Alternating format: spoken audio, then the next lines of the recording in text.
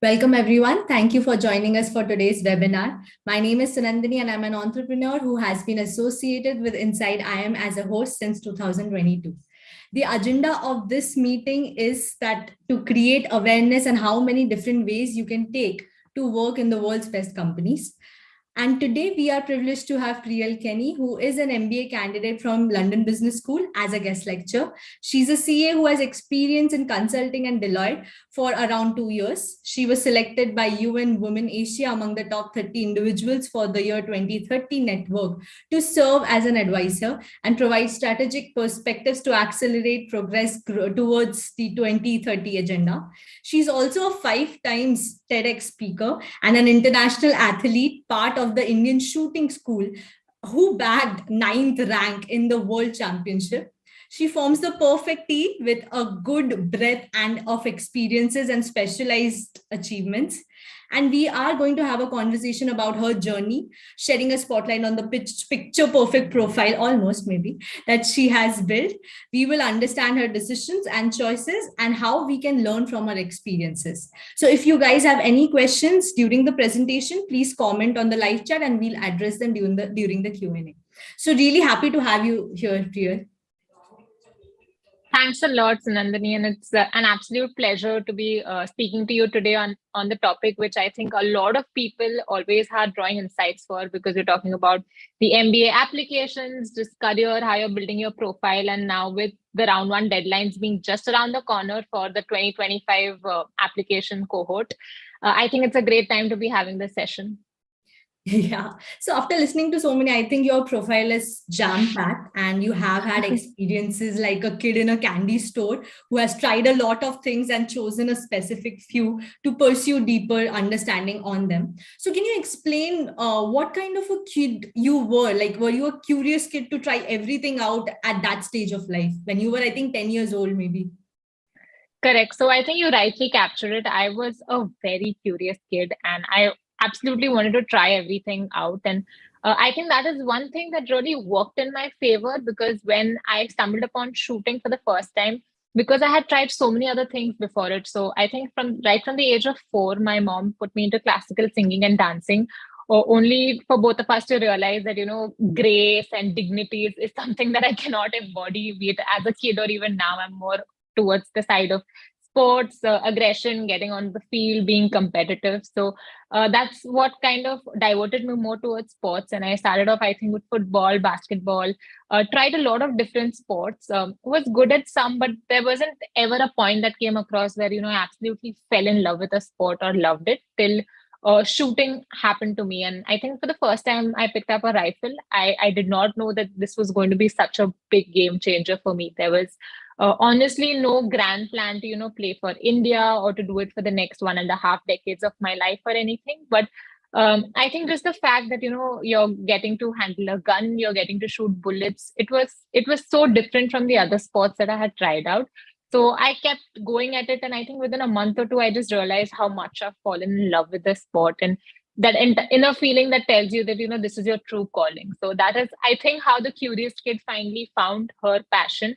And I'm so glad that that is how I was in general as a child. Even my parents keep wondering that what is that one thing that even today drives you from inside, or always motivates you or inspires you to try new things. But I think I was born this way, and I'm really happy it is what it is. And was there any motivation to it that you want to win something, or something in your eye, like after 5 years I'll do this, or something that motivated you? So of course, as a kid, I did not have that kind of far sight that 5 years later I want to do this, or 3 years later I want to do this. But yes, that inner competitiveness, it was there, and it still is in a great way. Of course, it's transitioned from comparing myself to others to trying to be a better version of myself every day. Because like I told you, I started off in competitive team sports where it's very normal as a kid to compete with your seniors, with your idols, or to consistently compare yourself to someone else. But I think shooting was a very individual sport, and that helped me get out of that phase of consistently comparing myself to someone, and actually working on bettering my own performance, or bettering working towards how I can be a better individual every day, be it as a shooter, be it as a student, or in any other aspect of my life. And that is what I more or less focus on today, just trying to be a better version of myself every day. Okay. And moving forward, maybe looking at your career point of view. So why did you choose to do BCom out of all the other subjects or courses? So I think BCom just happened because I had an interest for commerce. So I think when I was in my plus one, plus two, that is junior college, because I was studying in Mumbai.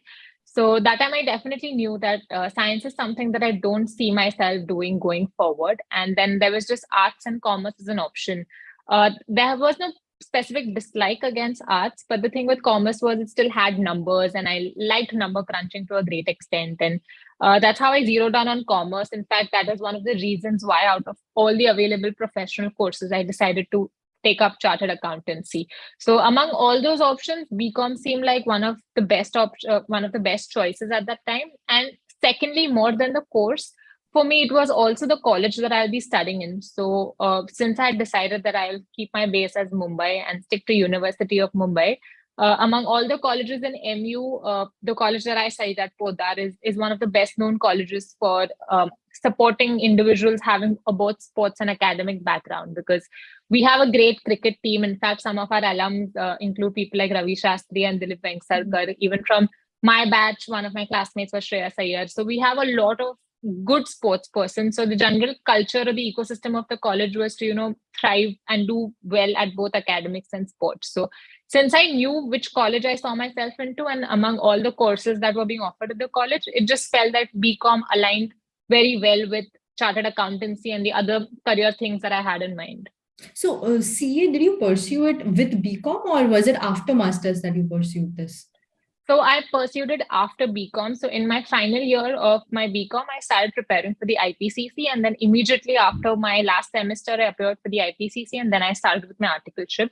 So though CA was on my mind right after 12th grade, I knew that even if I clear my intermediate level, the 3-year articleship that happens between intermediate and final, I won't be able to do it till I don't completely, step down from shooting or take a decision whether I want to do CA or shooting. And at that stage, so this decision basically I took when I was in the 12th grade, and it happened at a time where I had just come back from Germany from a competition where I'd finished 5th at a world level.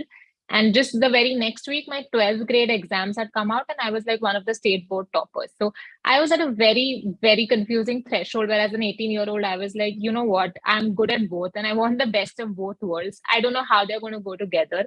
And then I spoke to a lot of people and then took a conscious decision that, while there are a lot of important shooting championships happening in the next 2 or 3 years, maybe till I'm studying for my BCom, I'll continue to focus on my career as a professional rifle shooter. And then the minute BCom is over and I'll have some time in hand, because now I don't have full-time graduation to focus on, I'll immediately, start with my chartered accountancy. And I just felt at that stage, I would even be at a better position to decide whether I want to really even put myself through the rigor of a CA course or further better my career as a rifle shooter. So in a way, I bought myself like 2 more years of grace and just focused on shooting and BCom at that stage.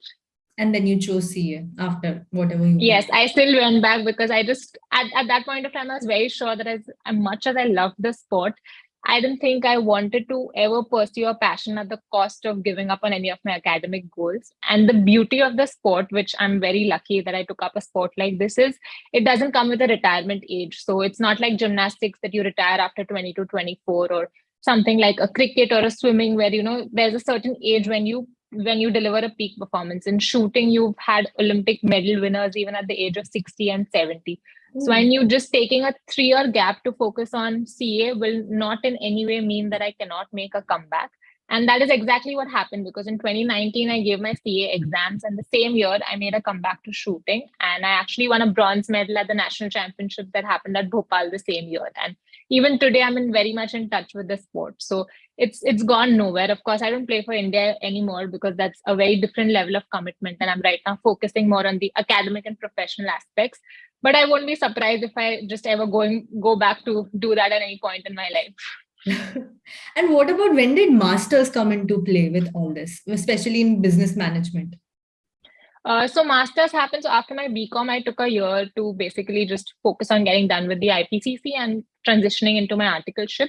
And after a year, then I enrolled for the master's because I knew that at some point of time, if I feel like studying abroad or I just want to have a master's degree by the side, just having the MCom with me is always beneficial because in University of Mumbai, we just have like a 3-year graduation program. Whereas if you want to apply for a master's to the UK, you need like the 16-year education criteria. So for that, I felt that, might as well just complete a master's and keep in case I ever decide to study abroad or probably do some sports education program abroad that happens where a lot of my peer shooters have gone to a university, studied abroad, and at the same time trained or played for that university abroad. So just for the fact of keeping those options open, I decided to pursue a master's.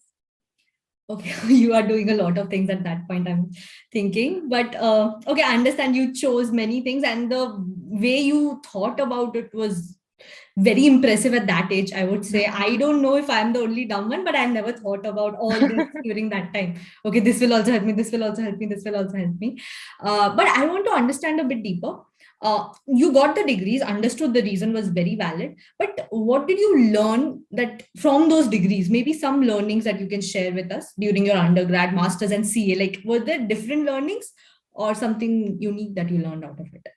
So I think one of the best things that I really thank myself for be doing the BCom and the MCom is I did not only stick to focusing on the academics. Of course, in no way I am implying over here that your GPA doesn't matter or it doesn't count. Of course, it matters a lot. Even today, be it my business school applications or post business school job applications, a lot of the top global firms ask for your transcripts. So I would still suggest that don't take your GPA very lightly, but don't just make your 3 years of the BCom or 2 years of MCom just about the GP or just about academics. So I think the biggest learnings for me were all the other aspects that I got to explore because I didn't limit myself just to going to school or going to college, studying, and then collecting my mark sheets. There were a lot of clubs I was involved in. I was the general secretary for sports, so headed a lot of initiatives over there. I was on the students' council. So I think my best key takeaways or learnings actually came from, leading teams, managing events, actually taking on all these other responsibilities because you don't get a chance to do this otherwise in any other context. And these are attributes or skills that ultimately even help me at work when when I joined consulting or I even started my own nonprofit organization because I knew in some way I had done this back in college. So I would say, of course, technical skills matter and all other skills matter. But at the same time, the best way to make the most out of your college is actually getting involved in all these other activities and learning because this is the time you can take risk. This is the time where you can fail, you can goof up. I have failed many times. I've had so many goof ups, but I think those are the foundational experiences on which I ultimately ended up, placing the building blocks of what I am today. So I want to understand a day in your life during your college days. So I'm imagining many people are watching who are in college. They're like, I can't do those so many things. There are only 24 hours right now. So can you explain us how you jam-packed everything in one day? Yeah, so it used to be a pretty intense schedule. And I think that was how it started off right from school. So when I transitioned into college also, it didn't seem like too much of a difference to me. So my day used to generally start at about 5 a.m. in the morning. And I used to just wake up, quickly go for a run, do my physical workouts because as a sports person, that is something you're expected to do. We used to have lectures starting at 7:30. So 7:30 probably used to find me in one of the classes if I happened to be in Mumbai and attending college. Because at that point of time, I was actually living between India, Germany, Czech Republic, Spain, and South Korea because we used to have matches going on in these different countries all through the year. Used to have training camps there. So if I was in Mumbai, I would probably be at college at 7:30 in the morning. College used to go on till about 12:31. And then another 2-3 hours used to go in college and staying back, managing all these events, taking care of other pending responsibilities or work that is there. On some good days, if any lecture gets cancelled, you could actually use up that time and then save these 2-3 extra hours post college that are spent on all these activities. And then I think post lunch, around 3 p.m. I used to head to the shooting range, and then I used to train for about 5 hours every day when it's a non-lean period. So it used to be 3 hours on the 50-meter range, which is like my pet event. So there are 2 events that I do in shooting. Just to provide a brief context, there's a 50-meter outdoor event, and then there's a 10-meter indoor event. So I used to train 50 meters outdoors till about 6 o'clock till the sun sets. And then I used to do the 10-meter indoor event for another 2 hours. And then around 8 o'clock, I used to head home, have my dinner, and after dinner, just catch up with academic studies, a few other things. So that's pretty much how my college life looked like. Okay, so no movies, nothing like that? So to be very honest, yes, my lifestyle and everything was very different from most of my peers. And this has been the case in college and even today. So I did not have as much as a social life as most of my friends had. But of course, I did consciously take some time off on weekends or maybe 2, 3 times a month, make plans with my friends, just go for a long drive, go for a movie. But I did not have that kind of a thing where, just impromptu, let's bunk lectures or let's go to this cafe or let's just go around the city. Yes, that didn't happen. And there is no right and wrong to this because my best friends did this and I totally respect them for that, whereas they understand where I'm coming from and they understand what my priorities are. So they understood that, I will probably cancel or, bail myself out of all these plans. So I think it all matters with respect to what your priorities are and where you see yourself at the end of college or what you want to take away with you at the end of your college life. And on basis of that, you do you choose what you want to do. So if you're someone like me, you can just choose to focus on doing 10,000 things. Whereas I've had friends who made the best memories during college life. And I would suggest there's nothing wrong with that. So it's totally your personal decision what you decide. Okay, just trying to understand where you are coming from. So it's a very interesting point of view. So you had your 2-year experience as a consultant in a CA firm, and then after which you joined Deloitte as a consultant, obviously again. Why did you pivot from CA to consultancy in Deloitte? So my post-qualification work ex that started at a CA firm was basically more towards still accounting and finance because fresh out of chartered accountancy, most of my expertise was still into accounting, finance, number crunching and everything. But I just felt at the end of 1.5 years that I still wanted to explore more towards the business side of things, the tech side of things, and work on projects that help me get a more holistic exposure or a more holistic overview of how businesses work, how global organizations work, how to work in multicultural and big global teams. And I think because I felt at that point of my career I was ready to take on the next step and actually explore all these avenues. That's when I decided to apply elsewhere, and then the offer from Deloitte came. And I think the best part about or one of the main reasons for me to take up the opportunity at Deloitte was because it was mainly on working on projects relating to digital transformation. So though it was still relating to the finance side of things, it was just going to be core digital transformation projects. So this was something I had never done before. Secondly, a big global organization getting to work directly with the US consulting vertical. So all those different opportunities I knew would make sure I have a steep learning curve during my stint there. So that is what really motivated me to try out something new and see whether this is if this is what I want to do next in my career or if this is the next growth phase ahead. Can you explain us what digital transformation is, using maybe some example?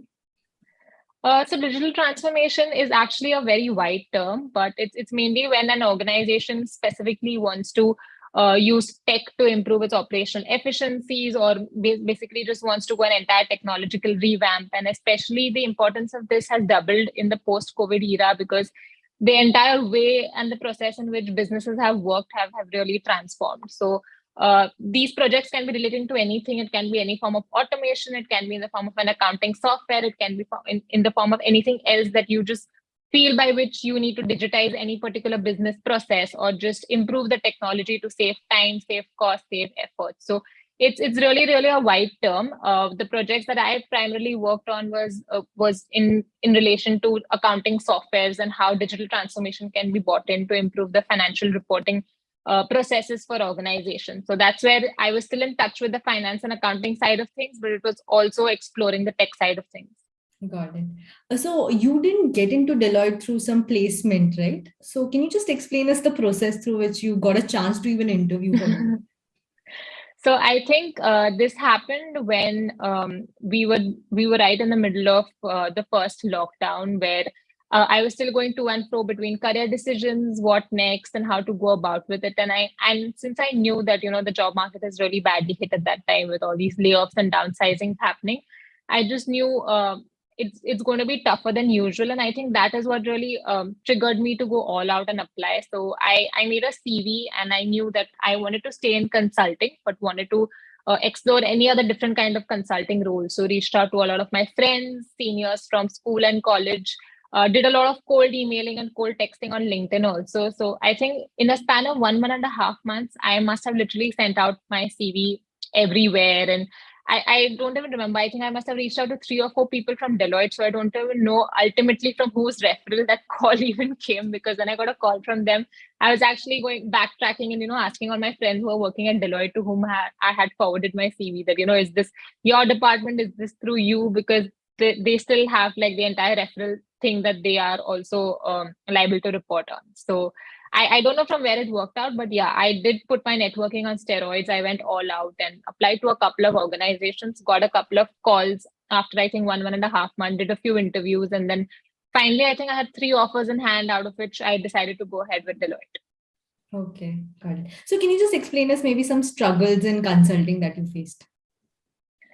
So I think one of the, not exactly struggle, but one of the things that you should keep in mind if you think about getting into consulting is it's a very steep learning curve. So if you're going to be someone who's going to come in, for me, the biggest thing or challenge to tell myself was that, I gave 5 years of my life to the chartered accountancy degree and studied so much of CA. And sometimes, you just feel like, if you've done something for 5 years, you just want to use that knowledge with respect to what you do at work. But that doesn't quite work in consulting. When you're in consulting, every project is different. Every client you're working, every business problem is different. So sometimes you're dealing with a client from a completely different industry, from a completely different geographic domain. And every time you jump into a project, you really need to understand where you are coming in, where you are exactly required to deliver on the project, what stage the project is on, what the specifics for for that particular client are. So it's a very steep learning curve. There won't be a single day where you don't have to rack your brains and you're not learning something new, or you're not challenging yourself. So you are basically always on your toes, and new things, new tasks, new responsibilities are sent your way on the go. So I think one thing that you should be very mindful of, you should be prepared for anything. Like at the end of the entire consulting stint, one of the best things I've learned is the art of improvisation, where you just learn things on the go, you pick up new skills, you take responsibilities. There's almost never a scope to say no. So you have to be very, very flexible and adaptive to whatever opportunity comes your way. Got it. So to look at your profile as a whole at one go, other than your education and your career path, you are an international shooter. You have founded an NGO and been part of it till date. And you have also given 5 TEDx speeches and also a UN woman. So to understand, let's first start with your TEDx journey maybe. What gave you the courage to do public speaking? So this is again a very funny incident that actually goes back to my experiences in college. So a lot of people don't believe me when I tell this, but I have a huge fear for public speaking. I remember there was this time in school when I went on stage and I actually froze. I forgot what I had to say, because it was very difficult for me to put myself on stage and actually speak something or actually be very confident over there. And I continued to try this in some way or the other in college also, but of course it's never easy, because fears take time and you have to give yourself also time to get over them. But I think in college also I tried putting myself out whenever it was there, and though I did not perfect it in any way, it's just those baby steps that I think I kept taking that gradually helped me at least get halfway through getting over this fear. And then when I got the opportunity to like give my first TED talk, the biggest like more than being happy for me, the biggest thought that first came to my mind was, how am I going to go on stage and actually recite a 12-minute script while making eye contact with 100 odd people? And more than being happy about I'm going to be a TEDx speaker, I'm going to be on the platform, for me it was like, oh shit, how am I going to deal with this?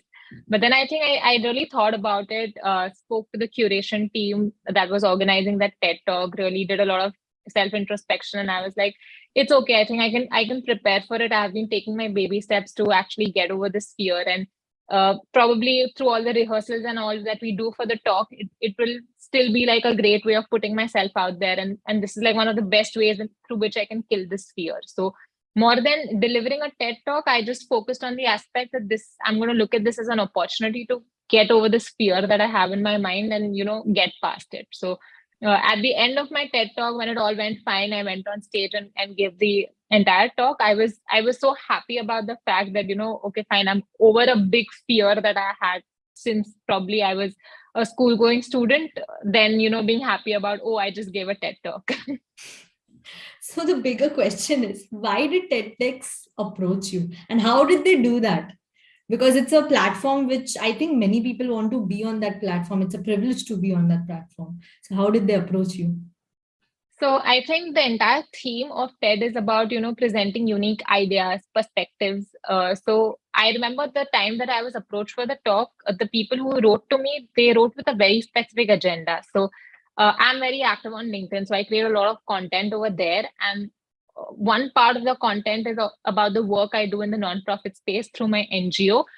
Which is based on a very niche, like we are working at the intersection of sport and sustainability. So most of the projects we do are sports for development, social projects, and it's a very unconventional theme because even when you use the word sport and sustainability in the same sentence, a lot of eyebrows get raised, but that is exactly what we're trying to achieve. And I used to put out a lot of stories, content, and information about it on LinkedIn. And when the email for TED came to me, that is exactly what they wanted me to talk about, because the theme for their event was, I think, unconventional ideas or diverse perspectives. And they specifically, I remember in their email, they said that, you are someone who uses the word sport and sustainability in the same sentence, and this is absolutely unheard of. And there is no other TED talk delivered by anyone in India who has actually spoken about these two very different ideas and, how they beautifully come together to create social impact at a global level. So if you can come together and talk about this,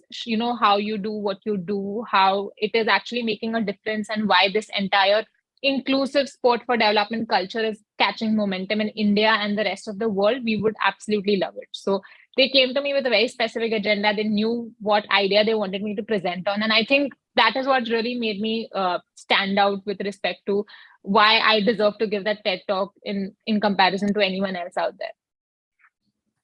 That's really good to hear. So, can you explain us how one gets selected for the UN Women Asia among the top 30 individuals for 2030? Like, do you have to apply for it or you get selected on your own? Yes, you do have to apply to be a part of the 30 for 2030 network. So before I was a part of the network, I was already working with the India Office of UN Women as a Generation Equality ally. So Generation Equality is one of the campaigns through which there are initiatives being done to empower women, to bridge the gender gap. So I was already involved in working with the India office, had done a couple of campaigns on social media with them, and I basically knew a lot about the different initiatives and the campaigns that are being run at the UN. And that's how I exactly stumbled upon applications for 30 for 2030, where they were looking at selecting 30 individuals globally to work on the SDGs and basically accelerate the UN's 2030 agenda. So I was extremely intrigued by the fact because, I will get to work with other folks globally, directly get to communicate with the regional office of Asia Pacific of UN Women that's based out of Thailand, Bangkok. So that is why I really applied. After application, it was a pretty rigorous application process. There was a form, you had to write a couple of essays. Then I think there was one video interview also where you were interviewed. And I think after almost 3 or 4 months, they finally finalized the top 30 people who they want to include and work on for this particular initiative. So there was an exhaustive application process where you have to pitch your ideas, why you deserve to be a part of the network, and what you exactly bring to the table. Got it. So you have an NGO also, right? Play and Yeah. Shine Foundation. So Correct. what does that do? How do you start an NGO? And more specifically, how does one start an NGO in India? So that NGO, like I said, it works at the intersection of sport and sustainability. I started that in 2018. So at that point of time, I was at the fag end of my chartered accountancy, and I was working with a lot of NGOs in the capacity of a volunteer when I was in school, and even in college was involved with the Women Development Cell and a few other social initiatives. So after my CA, I started talking to my friends who are also involved in the social impact space with respect to what are the different opportunities I can look at, what I can do. And I just knew one thing at that point of time is I'm getting done with CA and I'll have some extra time in hand. So I did not want to go back and just work as a volunteer, wanted to probably take up a more leadership role within any NGO or social organization, because I just felt, given my years of experience and all other things that I bring to the table, I will probably do justice to,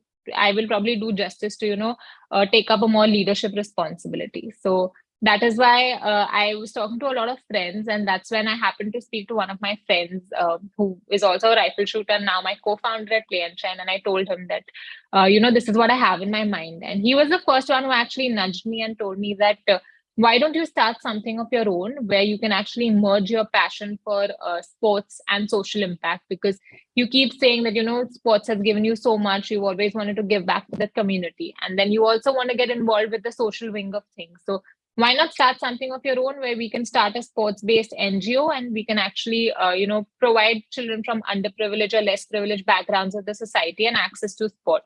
And I think I absolutely loved the idea, but again, did not want to jump into it with both feet, wanted to test the waters. So I think whole of 2018, we just decided to test the waters with respect to, do people really resonate with this concept? How much are we able to manage it? What the ground level realities are? Because one thing that I've learned through starting my own profit is, no matter how much you really plan, whatever fancy blueprint, framework, strategy you have, once you get on ground, the ground level realities are very different. And there are a new set of challenges that come up every day, situations, things, environments, ecosystems, they all change overnight. So that is why I decided to test the waters for a year. And then after that, I think by 2019, we knew that, this idea, it's actually resonating with a lot of people. It has great potential. And we also felt we have what it takes. We can build a team to actually make this concept or idea grow. So that's when we decided to get Play and Shine officially registered. So we got it registered as an NGO. And I think the process is pretty much straightforward. Like anytime you want to register any social enterprise, you can register yourself as an NGO or you can register as a Section 8 company. Since we registered as an NGO, we just had to formulate a trust deed. We had to get 7 trustees on board. And then we had to submit all the documents and the paperwork to the charitable commissioner with respect to the trust objectives, what we intend to do and everything. And then the process takes about 3 to 4 months. Of course, during the COVID times, I heard registrations were taking as long as 6 to 8 months, but those were one-off cases. But within 3 to 4 months, you get your NGO registered under the charitable trust and you're good to start with. So because your CA was over, you decided to take this up now. And you were also part of the LinkedIn Creator Accelerator Program India. So can you just tell us what it is exactly? So the LinkedIn Creator Accelerator program is basically it's the maiden program that's been launched in India, by which LinkedIn actually opened applications for all content creators. Through the applications and the project ideas that were pitched, it selected close to 200 creators from the platform. And then they basically funded us to bring our project ideas to life. So all of us put in very different project ideas. Like my idea was all about supporting women-owned MSMEs in India. Likewise, there were a few other projects, people did interesting things relating to data science, relating to job search. So each one of us had our own ideas, and we basically wanted to use LinkedIn as a platform to, bring those ideas to reality, be it create an impact, generate awareness, host sessions, create a lot of content, or just basically educate people or empower people through whatever means or routes we think are possible. And once we presented those plans to LinkedIn basically provided us the required funding to put those ideas to life. So it was a 10-week program. We had a couple of rules to follow with respect to the number of posts we put out, the content. There were a lot of informative sessions also, where we had a lot of great guest speakers like Ankur Variku and a few other people come in and host interactive sessions for us, share learnings from their experience. We got access to a lot of free online tools through which we could create better content. So all in all, it was a great experience, like rigorous for me personally, because it happened at a time where I was transitioning from my job at Deloitte back into student life and moving countries. But I'm glad I still signed up for it, because I got to meet a bunch of amazing content creators and build a solid network on the platform. So it was a 10-week and one-time thing, or it will happen again and again? Any idea about this? No, so for us, our cohort, it was a 10-week program that ended on 12th of August, but I'm sure they'll have another cycle coming up. I think that should only be next year now. So next year, whenever applications open up, I highly encourage anyone interested in creating content on LinkedIn to apply. And how do we know that the application is open now? Or is there something that, So yeah, so there is a LinkedIn for Creators page that I follow on LinkedIn, where when the application at first opened up, they had posted it, and you could just like access the application link from there. And I think they had given a month to fill up the application. So that's how I ended up applying. But other than that, a lot of creator managers on LinkedIn who actually manage content creators on LinkedIn, I think everybody was aggressively posting about it on LinkedIn. Every week they used to remind people to fill the application. So maybe a few creator managers who are working at LinkedIn, if you end up following them also on the platform, you always get all the latest updates with what's happening. Understand. That's an interesting way, yeah. So after, I think after 12th grade, you took a business degree. And then after that, CA was going on parallelly. Why did you think MBA from abroad will help you further in this career trajectory? So I think one of my main reasons of pursuing an MBA from abroad was number one, actually getting a chance to study at one of the top business schools in the world, and number two, really getting to be a part of an academic program that's non-Indian gives me access to a global network of classmates I study with, alumni I can interact with, and also exposure to be in a completely different geography, test the waters there, probably intern abroad for a few years, or intern abroad or work abroad for a few years. So I just felt in the entire Indian context, like I had already worked in India, I had already studied in India, so I wanted to do something very different. And one thing that I always follow, or I always ask myself is, are you doing something beyond your comfort zone? So over the last 1 year, one thing that I was consistently feeling is I'm playing it very safe within my comfort zone. So I wanted to do something where even if it meant getting myself out of a perfect consulting job and uprooting my life from Mumbai and moving to London, I knew I wanted to do it because I personally believe that your greatest learning lies out of your comfort zone. And I just felt that, at this point, taking this ambitious decision of moving countries, taking up a global competitive program and studying at a top business school, I think that was one of the best value adds to my career at this point. Got it. And how many years of experience did you have at that time? So I think post-graduation, I have close to 7 years of work ex. Okay. And were you in a flexible position where you can actually pay off your own college expense, MBA expense?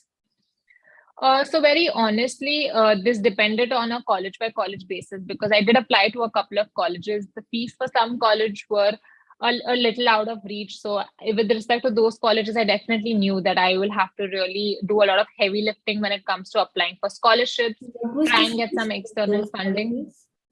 So right now, the college that I'm studying at, London Business School, was also one of those colleges, because the fees are 98,500 pounds. So that almost works out to, in an Indian context, you would say between 97 to 99 lakhs. So I knew that if I have to study at this college, probably since, again, this burns down a lot upon the entire personal finance aspect of it. So I came from a background at this point of my career where like my dad has retired, so I was like the only earning member in the family. So I knew I wasn't very comfortable at this point to just take such a heavy student debt and jump into it. So I knew that if it was any college like LBS, like similarly even INSEAD was another college I'd applied for, which has a very similar fee. So I knew if it was any of these colleges, I would go all out and really apply for scholarships and try, to probably manage any other external funding opportunities. Whereas another college that I had applied for was Oxford, where the fees are relatively less. I think it is just, don't know the exact figure now, but somewhere in between 60 to 70 lakhs. So I just felt probably those fees were much more manageable from a student debt perspective than taking a much heavier debt of almost 30, 40 lakhs extra. So this again burns down on a very personal note, or it depends on a case by case basis. Like for some people, some of my classmates have taken the entire loan and they've come here, and I think that is also very, very doable. A risk probably that even I would have taken if I had some earning member in the family to actually act as a guarantor or back me up, because the return on investment is really good when you study at a top global MBA college. So what about you? Did you get any scholarships or loan? Yeah, so I did get something called a Laidlaw scholarship from London Business School. So that covers my entire tuition fee. So as of now, the only expenses I have over here is with respect to my cost of living in London. Okay, that is great. So, if I had to ask you why London Business School out of all the business schools, so what would your answer be to that? So I think when I decided which programs I'm going to apply for, I started in reverse. There are these 2-year US programs, and then there are 1.5 year UK programs. And like I told you, because given the entire family situation and finance situation, I did not want to commit to a 2-year program at this stage. So I decided that I will continue to apply to one of the top business schools, but based out of UK and Europe, because I don't want to commit to anything that's 2 years or just end up studying for 2 years or stay away from the job market for 2 years. So that left me with an option of, applying to 3 European programs that were on the top of my mind. And I applied to all 3 of them. Out of that, why London Business School specifically stood out for me is number one, the London advantage, because while you're spending the next 1.5 years of your life in any city, I wanted it to be in a place where it's not just limited to what I do at school or the network I build at school, but the network I can even build externally outside school or the other events or initiatives I can be a part of. So being in a global city like London, which is also considered as one of the best student cities in the world, I just felt the opportunities were unmatched with respect to any other city or college that I was looking at. Secondly, the program is very, very flexible. So there are 3 exit points. You can either end your degree in 15 months, 18 months, or 21 months. So I knew it that if I want, as of today, I want to end my degree in 15 months. But if at any point of time I feel that probably I want to still take up any additional courses or still take up any initiatives at school or probably extend my degree by another 3 months because I want to pursue any internship by that side, this degree was going to give me the flexibility to do that. So that was also one of the reasons of applying to LBS. And I think the third reason was also the great alumni network, a lot of amazing activities that happen on campus. And most importantly, you can do something called a term time internship over here, where even if you're a full-time MBA student, you can work part-time up to 20 hours a week. So I knew that even if I have to spend 1.5 or maybe even 2 years doing the MBA over here, it's not just going to be 2 years of studying. It's going to be 2 years of working by the side, exploring different internships, trying different job roles, functions. So I think it gave me a perfect flexibility of doing whatever I wanted, be it on the academic aspect or be it on the professional work experience aspect. So I think these 2 or 3 points were the absolute deal breakers for me to actually be like, okay, fine, LBS is where I'm going. Now, looking at from the maybe London Business School's perspective, what do you think are some of the range of scores in GMAT, IELTS, or what are they looking for in a student? So I think this is a very common question that I get asked from a lot of prospective applicants who reach out to me on LinkedIn. But trust me, there is no one particular, what do you say, fit profile, or there isn't a checklist that, if I just get these 3 or 4 points right, I'm going to get an admission or I'm not going to get an admission. So from whatever I have also interacted with my classmates, they really take people across the spectrum. So there are people from different backgrounds, there are people from different years of work ex, different academic experiences, and even different GMAT scores. So the GMAT average score for my batch is a 702, but that means that there are people probably below 700, above 700. So there is like this wide spectrum of, people scoring right from probably 640, 650 to people scoring a 770 or 780. So there is, number one, no benchmark or ballpark GMAT score that, if I get this GMAT score, I'm through. And secondly, even when it comes to profile, a lot of people just feel that these top business schools are all about people having experience in finance and consulting, but that's totally wrong. I've had people who've come from a medical background, people who've come from a social impact, teaching background, military background, sports background. So it's very, very diverse, and it's a healthy mix of people coming from different backgrounds and experiences.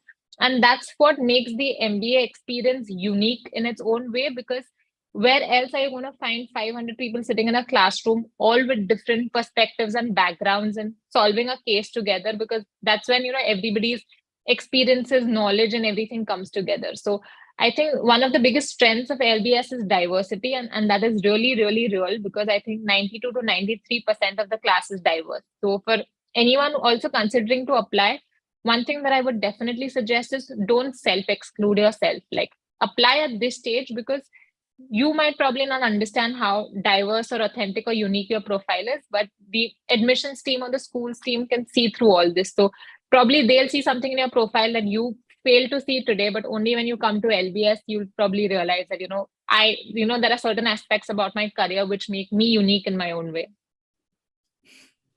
Really great answer. So can you just give us maybe 2-3 interview questions that you had which were unique to you?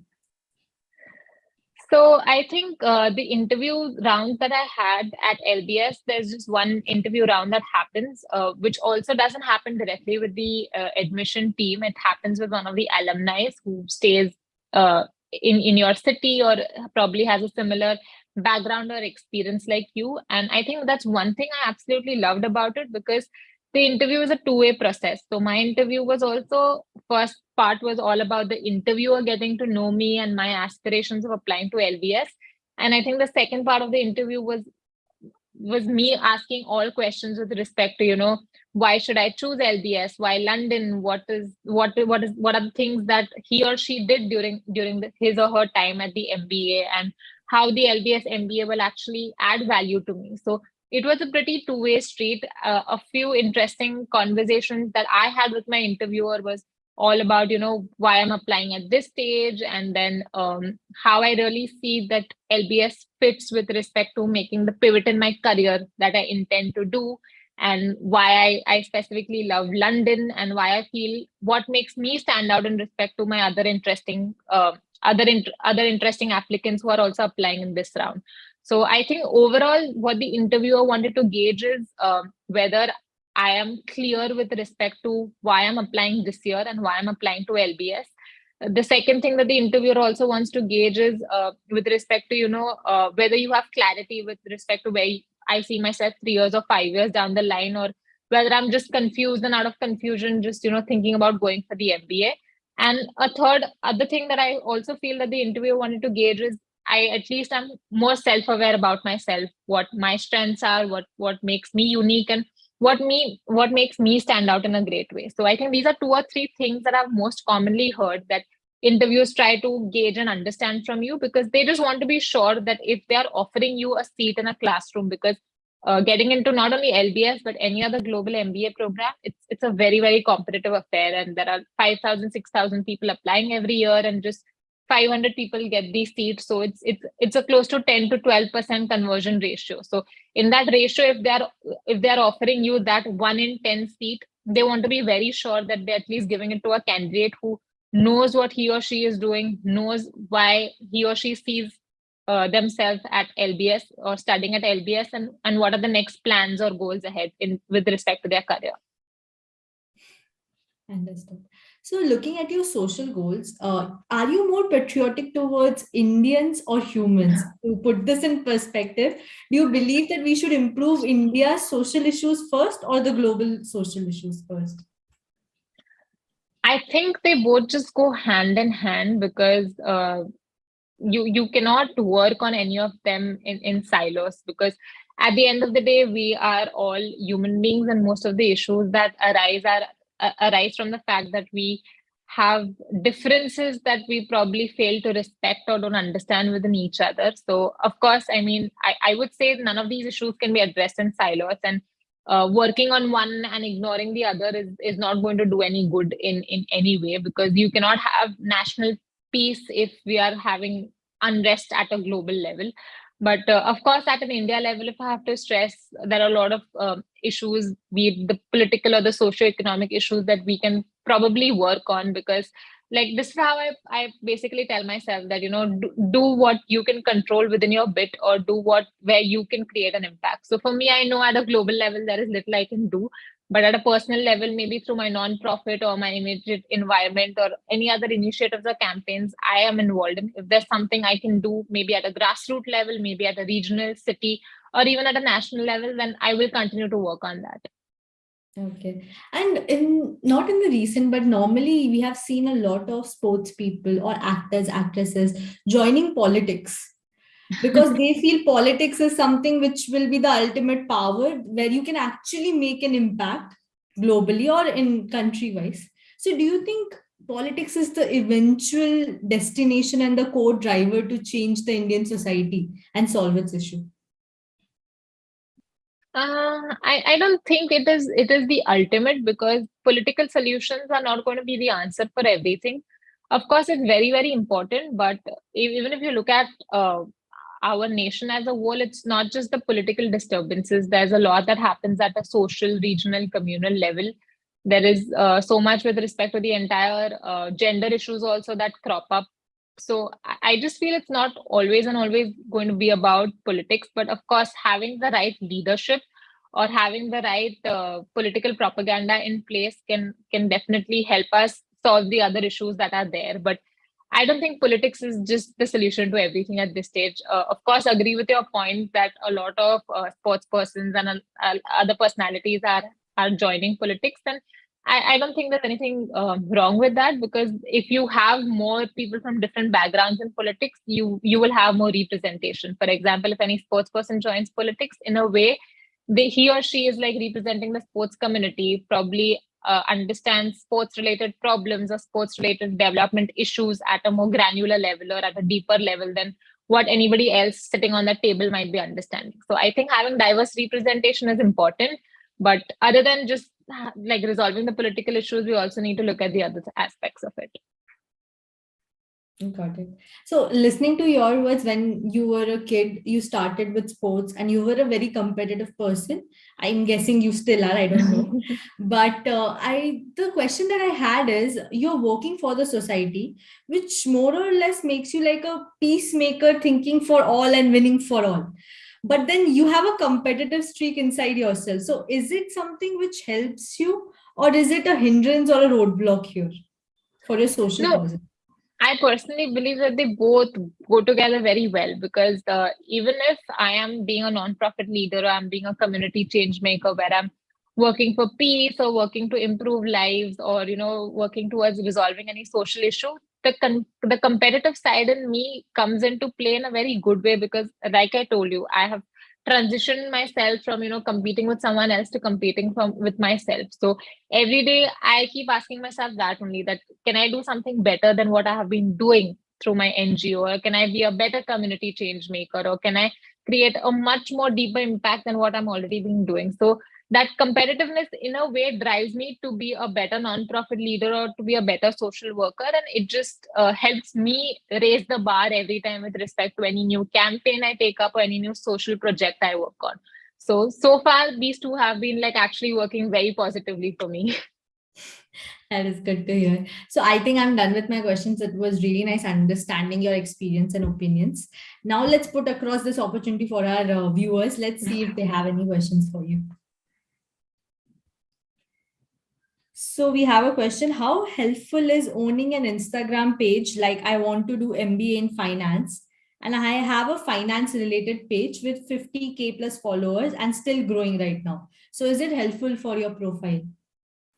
I think anything that adds value to your personal brand is very, very important. For example, like I have a LinkedIn page and I have a great following over there. So, I mean, this is also a great way of you putting yourself out there, because in your applications, you can talk about this Instagram page, you can talk about this LinkedIn page, and trust me, the admissions committee actually looks up all this. So if they visit your Instagram or if they visited my LinkedIn page, it's a sense of extra validation that whatever this candidate is talking about his or her experience in finance or anything else he or she has been doing, it just adds that extra validation that okay, this is true, or they can just do a quick check, or they can do a quick check about the credibility or the background of it. So of course, having any such kind of a page, and since you're still working on it and growing on it, I think it's very, very useful. So definitely keep on it. It's not a negative. It'll definitely be a brownie point if it will be.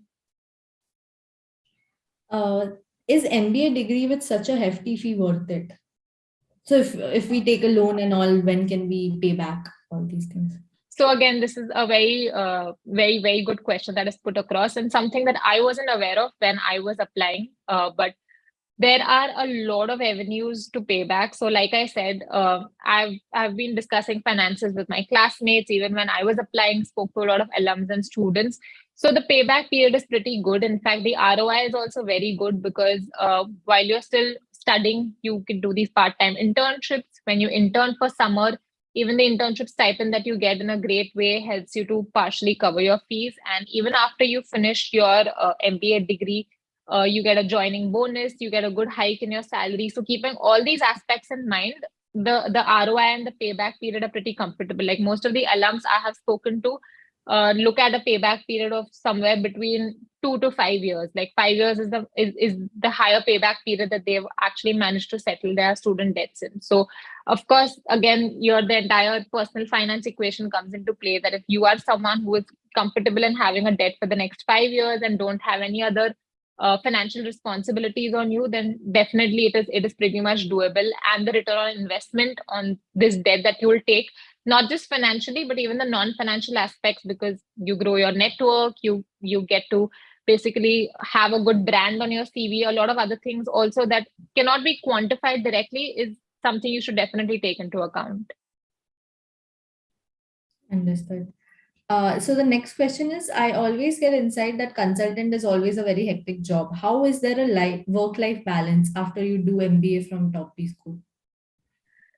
So this is a very common thing that I've also heard, that there is no work-life balance. One thing I will agree is, yes, of course, consulting as a field is very intense, and it's much more intense than any other industry role or anything else that you can take up.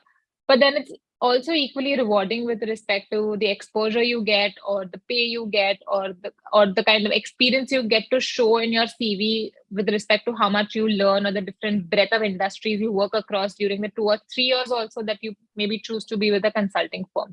So again, this is a personal decision. For example, if you are someone who is more skewed or inclined towards work-life balance, and do not want to put yourself through the rigor of being in a consulting job or investment banking job, then definitely it is totally okay to look at other opportunities or options. But of course, if you are someone who wants to probably give it a shot and test your true potential, then consulting in can also be a very good rewarding career. When it comes to work-life balance, my personal experience with consulting has been that yes, Monday to Fridays have been like I've had intense schedules and intense days, but very rarely I've had like working weekends. Like just I can literally count them on my hands. That's the number of working weekends I've had. So even if Monday to Fridays do get intense, I do have weekends where I have my me time, where I get to recharge, reboot, and prepare for the coming week. So I think a lot depends on where you work and how your schedule is. And again, what also depends on is what your choices are. So if you are someone who probably doesn't want to sign up for that kind of a hectic schedule,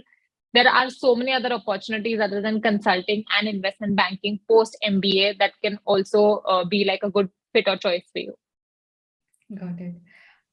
So I'm going to rephrase this question. So the person is saying there are professions like software development, which expect you to have some technical skills. And if you're good to go with that, then you get in and you have a good hefty salary as well. Whereas there are some roles where they see your profile, your long-term excellent profile, basically. So, and the compensation is equal for both of them. So what is your take on those roles which see into, long-term excellence instead of short-term technical skills, which you can get, and then you can get a hefty amount of salary? So do you think what are the roles basically which see the long-term excellence thing? And do you think that is a good option to go with? So I'm actually personally not aware about it, especially in the area of software engineering, and in that entire domain is like very different for me, because I've like just been into commerce and the business side of things right from the 11th grade. But of course, there are a lot of job roles and professions even within commerce or business where there might be a trade-off between short-term benefits versus long-term sustainability or long-term promotion or growth.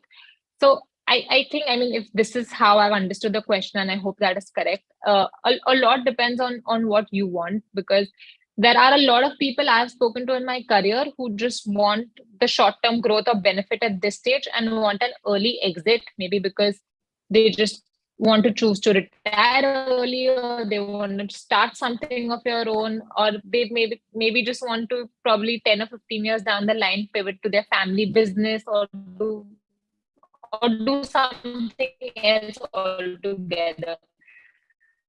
Whereas there are some people who are very sure that, this is where they want to be in the long, not run a sprint. So if you're someone of that sort, where you're just focused upon, the long-term scheme at a slower rate, but ultimately you will get there maybe at a partner position or at an MD position or whatever, then you can continue to choose that. So it really depends on what you want. So if you are someone who basically just wants to, probably earn the money, save, or gauge the relevant experience and start something of your own, focusing on anything that gives you the short-term benefits or rewards is definitely more beneficial. Got it. So what all technical skills are required to fit in as a consultant?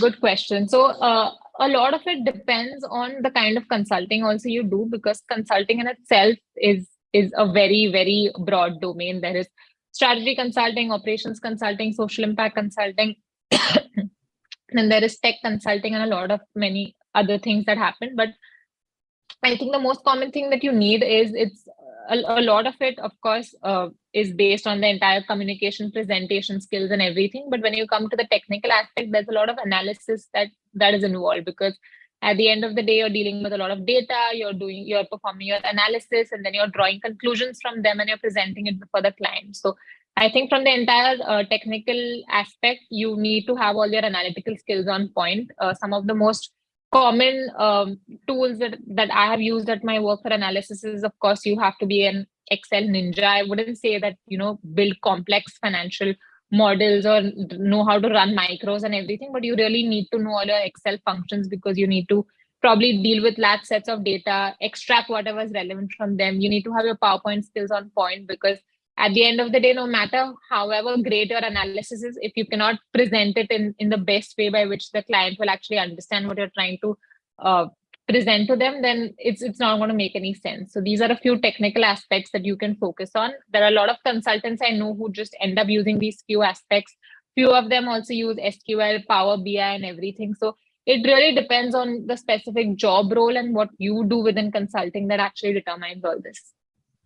Looking at your career trajectory, would you recommend a CA or a IPM, integrated program for management? I honestly don't have much insights about IBM at this stage, but chartered accountancy is something I would recommend if you are planning to do it right after 12th grade, because the 3 years of your BCom or bachelor's that you have, if you can just focus on your chartered accountancy, pursue your articleship then, and then just 1 year after college, you get like a professional degree to your name. So I think it's a good way of putting those 3 years to the best use, rather than just focusing on your graduation and the other things. But again, this is a very personal choice. I would say a few people even choose to not do CA, but during college take up a lot of multiple internships, be a part of a lot of clubs, events, or maybe work on a startup of their own. So if that is something that interests you, definitely do that. But the end goal of what I'm trying to say is the 3 years of your graduation, don't just make it about going to college, giving exams and getting a good GPA. Try and do as much as things as you can outside the classroom. It can be pursuing another professional degree, or maybe just preparing for your CAT, or maybe just doing a lot of other different internships that you have the flexibility to do when you are doing your 3 years or 4 years of bachelor's degree. And that was our last question, Priyal. So I think we have done for today. I would like to say a big thank you to you for sharing all your experiences, and also a thank you for our audience to listening to us. So I hope some of you took some learnings from this session and make your brains work even harder. So all the best, Priyal, for your upcoming future and your journey to LBS. And I'm guessing, you are in London right now. So that is exciting. So happy to have you here. Yeah, thanks a lot. It was great interacting. And even after this session, if anybody wants to get in touch with me, not just with respect to the London Business School application, just understanding if MBA is the next thing for them, or just discussing anything about chartered accountancy, consulting, nonprofits, I'm always up for a good conversation. So you can hit me up on LinkedIn. And I generally check my DMs over the weekend, because weekdays are generally intense for me. But over the weekends, I'll definitely like get back to your DM, and we can maybe hop onto a quick call or have a conversation. That's great to know. Thank you for being so helpful for our audience. So thank you, audience, and we'll see you for our next webinar. Thanks, Priyal. Thanks a lot. Okay, thank you. Bye-bye. Bye.